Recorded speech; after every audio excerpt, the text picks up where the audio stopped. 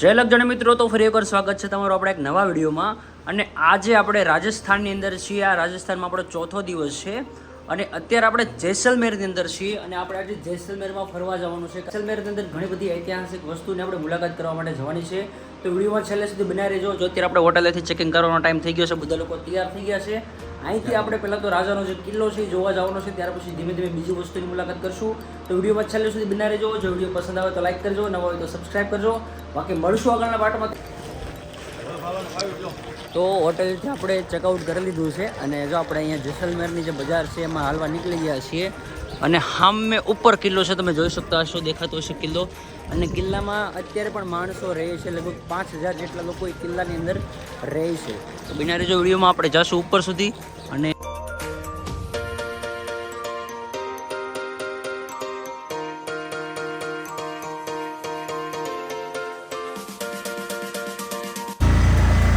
આપણે રિક્ષાની સવારી અહીંથી નીકળી ગઈ છે. આપણે પહેલાં ઉપર કિલ્લામાં જવાનું છે, કિલ્લામાં બધું વ્યવસ્થિત જોવાનું છે. ત્યાર પછી 2-3 બીજા પણ નાની નાની હવેલી છે, કિલ્લા છે, તળાવ છે, બહુ મસ્ત મજાની જગ્યા છે જેસલમેરની અંદર. તો વિડીયોમાં છેલ્લે સુધી બનાવી રહેજો. બાકી જો અહીંથી ઉપર આપણે કિલ્લાની અંદર અત્યારે પ્રવેશ કરી.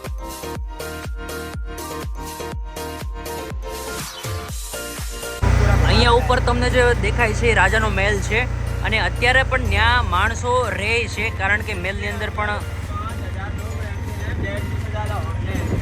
150 से ज़्यादा होटल है और 5000 लोग आमा અત્યારે રહે છે આ મહેલની અંદર.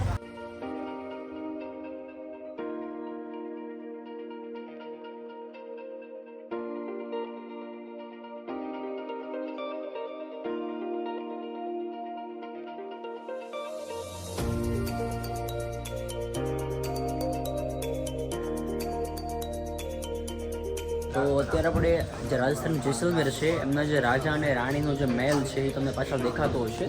બાકી અંદર જવાની તો એન્ટ્રી છે નહીં, આપણે ફક્ત બહારથી જોઈ લીધો છે. આ એમનું પોતાનું જે રહેણાંક વિસ્તાર છે. અત્યારે અહીંયા અત્યારના જે રાજા અને રાણી છે આ મહેલની અંદર રહે છે.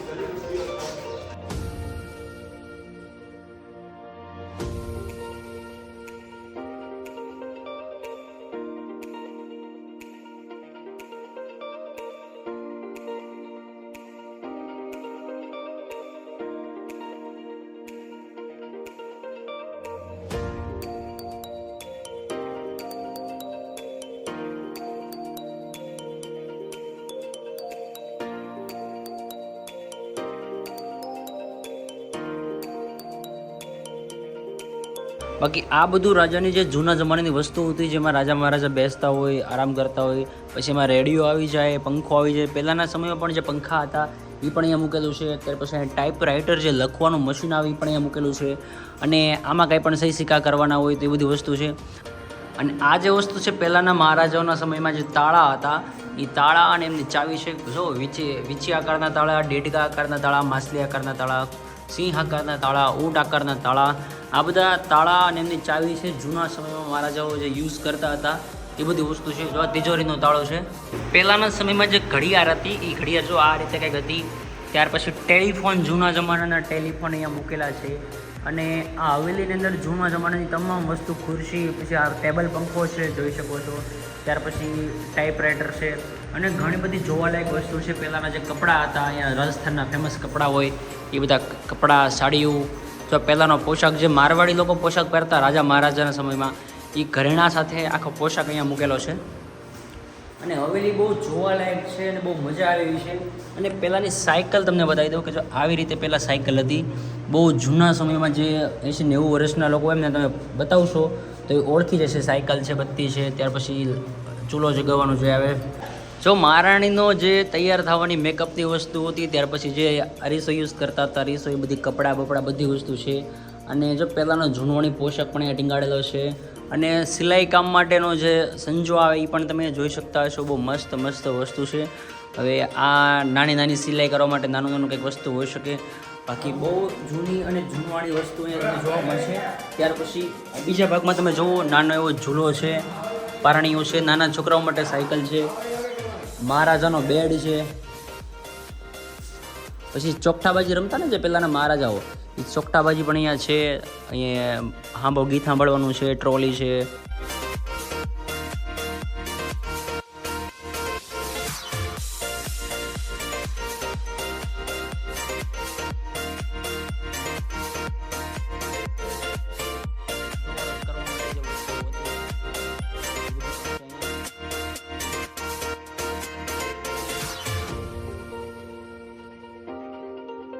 ત્યાર પછી પહેલાં સમયના જે મ્યુઝિક ઇન્સ્ટ્રુમેન્ટ આવે છે, વાંસળીથી લઈને બધી વસ્તુ છે મૂકેલી છે. પહેલાંના સમયનું ટીવી પણ છે, ઢોલકી છે, ત્યાર પછી વાયોલિન જે આવી છે, અને ઘણી બધી રાજસ્થાનની જે ઇન્સ્ટ્રુમેન્ટ છે એ બધી અહીંયા મૂકેલી છે.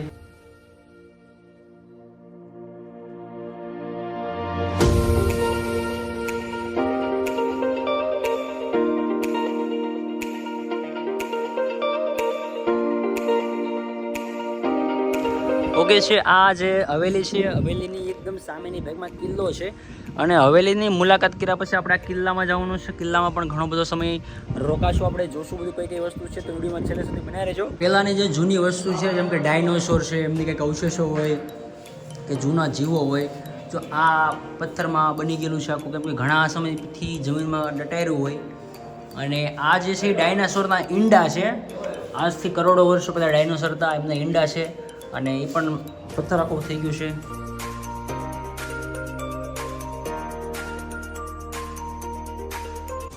તો આપણે હવેલીની મુલાકાત કરી લીધી છે. અને પાછળ તમે નજારો જોઈ શકતા હશો. બહુ મસ્ત મજાની હવેલી છે. અને ઘણી બધી જૂની જૂની વસ્તુ પણ હવેલીની અંદર છે. પહેલાંના રાજા મહારાજોના સમયમાં જે કંઈ પણ યુઝ થતું એ બધું છે. અને હવેલી 3 માળની છે. ઉપર તમે જોઈ શકતા છો. અમે અત્યારે નીચે ગ્રાઉન્ડ ફ્લોર પર છીએ. બાકી હવેલી તમને કેવી લાગી, વસ્તુ બધી હતી કેવી લાગી, કોમેન્ટમાં જરૂરથી કહેજો.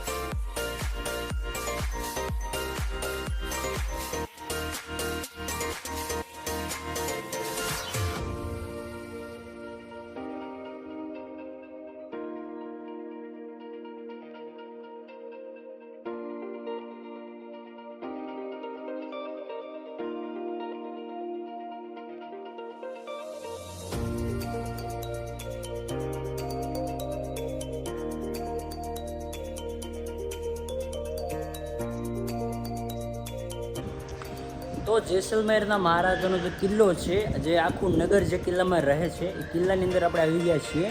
અને કિલ્લો કઈ રીતે છે, નકશીકામ કઈ રીતે કરેલો છે તમે જોવો, એકદમ સુંદર મજાનું કાર્ય કરેલું છે. બધું બારી બારણા બહુ મસ્ત મજાનું છે. અને લગભગ 2 થી 3 કિલોમીટરની અંદર આ કિલ્લો ફેલાણેલો છે. તો વિડીયોમાં છેલ્લે સુધી બન્યા રહેજો, કારણ કે હું તમને બતાવીશ, મુલાકાત કરાવીશ.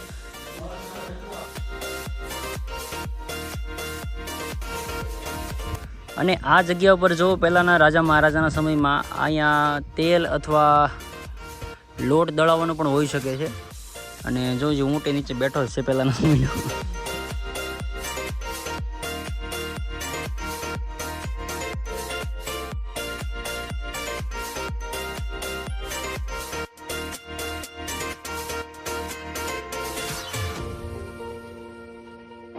અને અત્યારે આપણે કિલ્લાના સૌથી ઉપરના માળ ઉપર આવી ગયા છીએ. સામાન્ય લોકોને અહીંયા એન્ટ્રી મળતી નથી, પણ વળે 200 રૂપિયા દીધા એટલે આવી ગયા.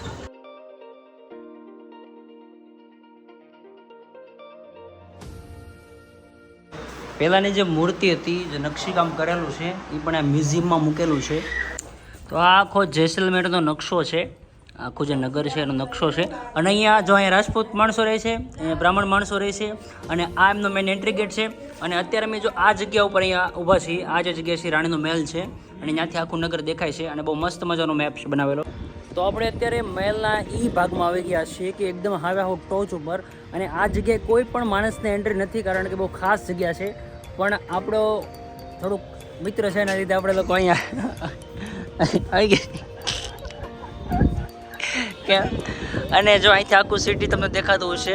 જેસલમેરનો જે કિલ્લો છે, એ આખો કિલ્લો અહીંથી તમને દેખાય છે. આખું સિટી તમને અહીંથી દેખાય છે. અને બહુ મસ્ત મજાનો નજારો છે, તમે જોઈ શકતા છો. વા પણ અહીં આવે છે ઉપર. અને તો જેસલમેરની અંદર આપણે શોપ ઉપર આવ્યા હતા. અને આપણે ઘરે વિડીયો કોલ કરીને જો 2 સાડી પસંદ કરી છે. રજવાડી સાડી છે અને બહુ મસ્ત મજાની લુક છે. આ રાજા રાણીની સાડી છે અને આ સિમ્પલ નોર્મલી ડિઝાઇનવાળી સાડી છે. મસ્ત મજાની જો એ મોજડી છે, આપણે શોપ કરવા માટે આવ્યા હતા. મોજડી બધી વસ્તુ છે. પછી મસ્ત મજાના લેધરના કોટ છે, અહીંયા શૂઝ પણ છે. અને આપણે જો આપણા માટે કેમલનું જે સૂટ આવે છે પસંદ કર્યું છે. અને આની વેલ્યુ એ લોકો 3500 રૂપિયા કહે છે. અને 10 વર્ષની ગેરંટી આપે છે કે 10 વર્ષ સુધી એનો કલર પણ ન જાય, બીજી કંઈ પણ તકલીફ ન પડે. અને મસ્ત મજાનું સૂટ છે, એટલા માટે આપણે સૂટ પસંદ કર્યો છે. પછી 1-2 બીજી સાડી પસંદ કરી છે અને 1-2 બીજી નાની નાની વસ્તુ પણ પસંદ કરી છે. બાકી મસ્ત મજાનો શોપ છે અહીંયા.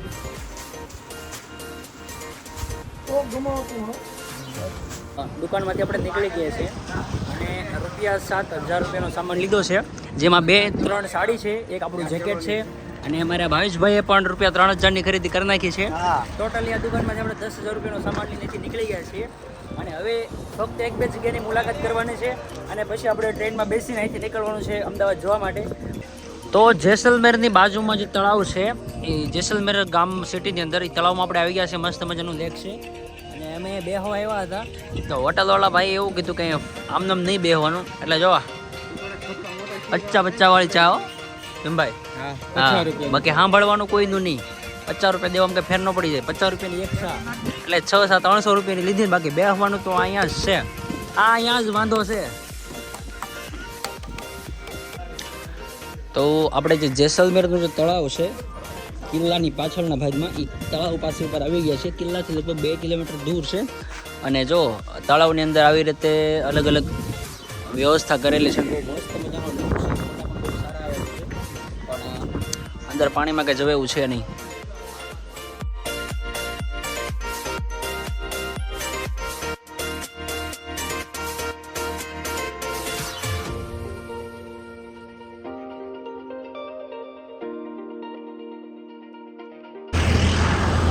અત્યારે આપણે તળાવે ગયા હતા, એ તળાવથી નીકળી ગયા છીએ. અને હું અને મનીષભાઈ અહીંથી રસ્તામાં હાલીને જઈએ છીએ. બાકીના લોકોને મેં રિક્ષામાં બેસાડી દીધા છે, કારણ કે રિક્ષામાં જગ્યા ઓછી હતી અને અમારા લોકોને હાલીને જવું હતું. એટલે કાળા તડીકાના જેસલમેરની અંદર રોડ ઉપર હું અને મનીષભાઈ હાલીને જઈએ છીએ રેલવે સ્ટેશન બાજુ. બાકી હવે અહીંથી આપણે સીધું રેલવે સ્ટેશન જવાનું છે. અને આપણી 3 વાગ્યાની ટ્રેન છે, ટ્રેન આવે એટલે ટ્રેનમાં બેસીને સીધું અમદાવાદ નીકળવાનું છે. બાકી જોઈએ હવે રસ્તામાં બીજી કંઈ એક્ટિવિટી થાય એ પણ કરશું. તો અત્યારે આપણે જેસલમેર રેલવે સ્ટેશને પહોંચી ગયા છીએ અને અમારા જો મિત્રો અહીં બેઠા છે આગળ અડધી કલાકની અંદર આપણી ટ્રેન આવવાની છે અને જેસલમેર રેલવે સ્ટેશને જો આર્મીની ભીડ ખૂબ જ છે કારણ કે અહીંયા ભારતની બોર્ડર લાગુ પડે છે ભારત પાકિસ્તાનની એટલા માટે ઘણા બધા આર્મીવાળા અહીંયા હતા બાકી લગભગ 15 થી 20 મિનિટમાં ટ્રેન આવી જશે અને આપણે અહીંથી સીધી અમદાવાદની ટ્રેન હવે પકડી લેવાની છે તો અત્યારે આપણે જેસલમેરમાં ટ્રેનમાં બેસી ગયા છીએ અને 3:30 થઈ ગયા છે હવે ટ્રેને હોર્ન વગાડી દીધો છે અહીંથી આગળ ટ્રેન રવાના થશે અને જો બધા મિત્રો પોતપોતાની સીટ લઈને બેસી ગયા છે અને અત્યાર સુધીમાં તમે વિડીયોમાં જોતા હોય તો વિડીયો લાઇક ન કરે તો લાઇક કરી દેજો બાકી તમામ ગ્રુપમાં શેર કરજો અને જેસલમેરથી આપણે અમદાવાદ સુધીની ટ્રેન છે અમદાવાદ પહોંચીને પછી કંઈક જો સારી એવી એક્ટિવિટી કરવાની થશે એ પણ તમને વિડીયોમાં બતાવશું બાકી જો ટ્રેન હાલવાનું શરૂ કરી દીધું છે ધીમે ધીમે ધીમે